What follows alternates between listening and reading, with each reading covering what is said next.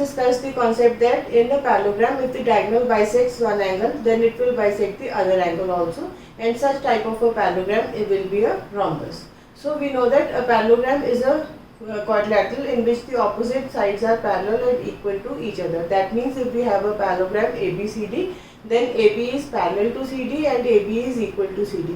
Similarly, AD is parallel to BC and AD will be equal to BC. So we have to prove that according to the theorem, it is given that if the diagonal BD bisects angle D, it will bisect the angle B also. So the theorem, it is given to us that ABCD is a parallelogram and angle D is bisected by BD. To prove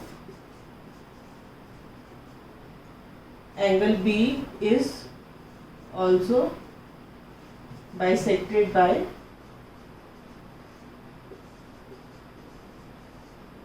that means if in a parallelogram ABCD, BD bisects angle D, it will bisect angle B also. So, or we can say that angle 3 is equal to angle 4 because BD is bisecting angle D, and we have to prove that angle B is also bisected by BD, or we can say we have to prove that angle 2 is equal to angle 6. So now the proof will be, as we know that AB is parallel to CD and BD is the transversal. Now you can see from the figure, when AB is parallel to CD and BD is the transversal, so angle 2 will be equal to angle 4. They are alternate interior angles.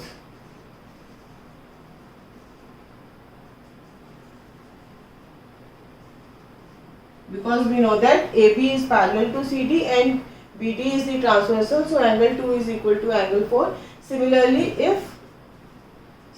as AD is parallel to BC and again BD is the transversal, so we can say that angle 3 is equal to angle 6. They are again alternate interior angles. Now we know that AB is parallel to CD and BD is the transversal, so angle 2 is equal to angle 4, and AD is parallel to BC and again BD is the transversal, so angle 3 is equal to angle 6. So from these two statements, as we know that angle 3 is equal to angle 4, so this will imply that angle 2 is equal to angle 6.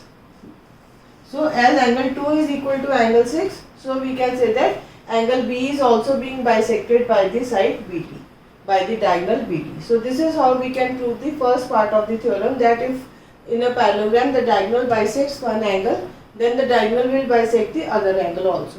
Now we have to prove that such type of a parallelogram is a rhombus, and we know that a parallelogram will be a rhombus when the adjacent sides of the parallelogram are also equal, because in a rhombus all the four sides are equal, and we know that in a parallelogram opposite sides are equal, and if the adjacent sides will be equal, only then it will be a rhombus. So for this, let us take the triangle ABD. From the triangle ABD, angle 2 is equal to angle 3, because we know that angle B is equal to angle D because they are the opposite angles of a parallelogram. When the whole of the angles are equal, so the half of the angles will be also equal, so half of angle B will be equal to half of angle D, so angle 2 will be equal to angle 3. So but in triangle ABD, if angle 2 is equal to angle 3, then triangle ABD is isosceles. So we can say that AB is equal to AD is equal to AB, because angles of sides opposite to equal angles are also equal. So when the adjacent sides, that means AD and AB are equal, but we know that AD is equal to BC, but AD is equal to BC and AB is equal to CD. So this implies AB is equal to BC is equal to CD is equal to DA. So all the four sides of a parallelogram are equal. So such type of a parallelogram will be a rhombus. So this is how the second part of the theorem is proved. So in the first part we have to prove that if a diagonal bisects one angle, it will bisect the other angle also. So what we have done, we have taken a parallelogram ABCD and we know that angle D is being bisected by BD. So angle 3 is equal to angle 4. And so we have to prove that angle B is also being bisected by the diagonal BD. That means angle 2 is equal to angle 6. This we have to prove.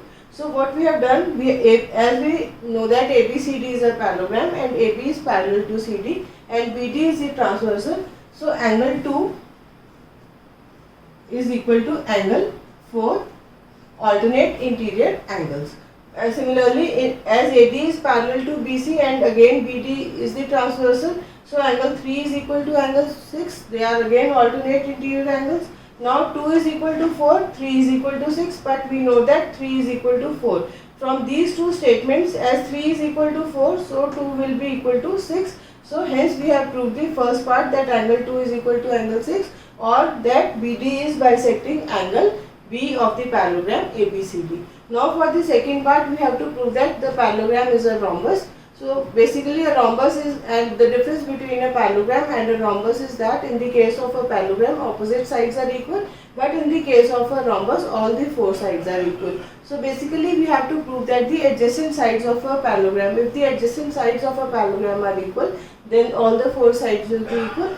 For this we take the triangle ABD and we see that in triangle ABD angle 2 is equal to angle 3, because we know that in a parallelogram angle B is equal to angle D. They are the opposite side angles of a parallelogram and they are equal. When angle B is equal to angle D, then half of the angles will also be equal. So angle 2 will be equal to angle 3. Now in triangle ABD, when angle 2 is equal to angle 3, then the sides opposite to equal angles are also equal. So AB will be equal to AD. Now when AB will be equal to AD, but we know that AD is equal to BC and AB is equal to CD. So all the four sides will be equal. Hence AB will be equal to BC is equal to CD is equal to DA, or we can say that ABCD is a rhombus.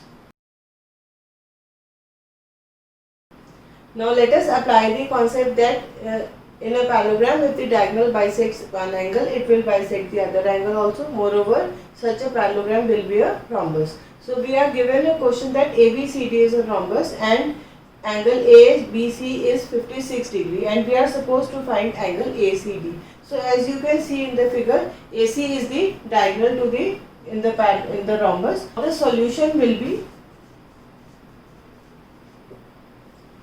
as we know that ABCD is a rhombus and every rhombus is a parallelogram, so ABCD is also a parallelogram, and in the case of a parallelogram the adjacent angles are supplementary, or we can say that if AB is parallel to CD and BC is the transversal, then angle ABC plus angle BCD is equal to 180 degree, because they are adjacent angles and in the case of a parallelogram the adjacent angles are supplementary. So angle ABC plus angle BCD is equal to 180 degree. So substituting the value of angle ABC, because it has been given to us that angle ABC is equal to 56 degree. So 56 degree plus angle BCD is equal to 180 degree, or angle BCD is equal to 180 degree minus 56 degree. So it will be equal to 124 degree.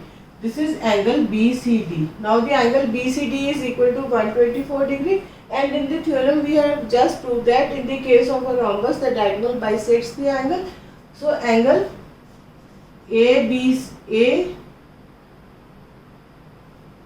angle ACD is half of angle BCD, because in angle BCD AC is the diagonal which is bisecting. So angle ACD is half of angle BCD and half of angle BCD will be half of 124 degree will be equal to 62 degree. So angle ACD will be equal to 62 degree. So this is how we can apply the concept that the diagonal of a rhombus bisects the angle. First we have as it has been given to us that ABCD is a rhombus and every rhombus we know is a parallelogram, and in the case of parallelogram the adjacent angles are supplementary. So angle ABC plus angle BCD is equal to 180 degree, or 56 degree plus angle BCD is equal to 180 degree. Angle BCD will be equal to 124 degree. Now we know that in the case of a rhombus the diagonal bisects the angle. So angle ACD is half of angle BCD or half of 124, so it will be equal to 62 degree. So this is how we can solve the question using the concept that the diagonal of a rhombus bisects the angle.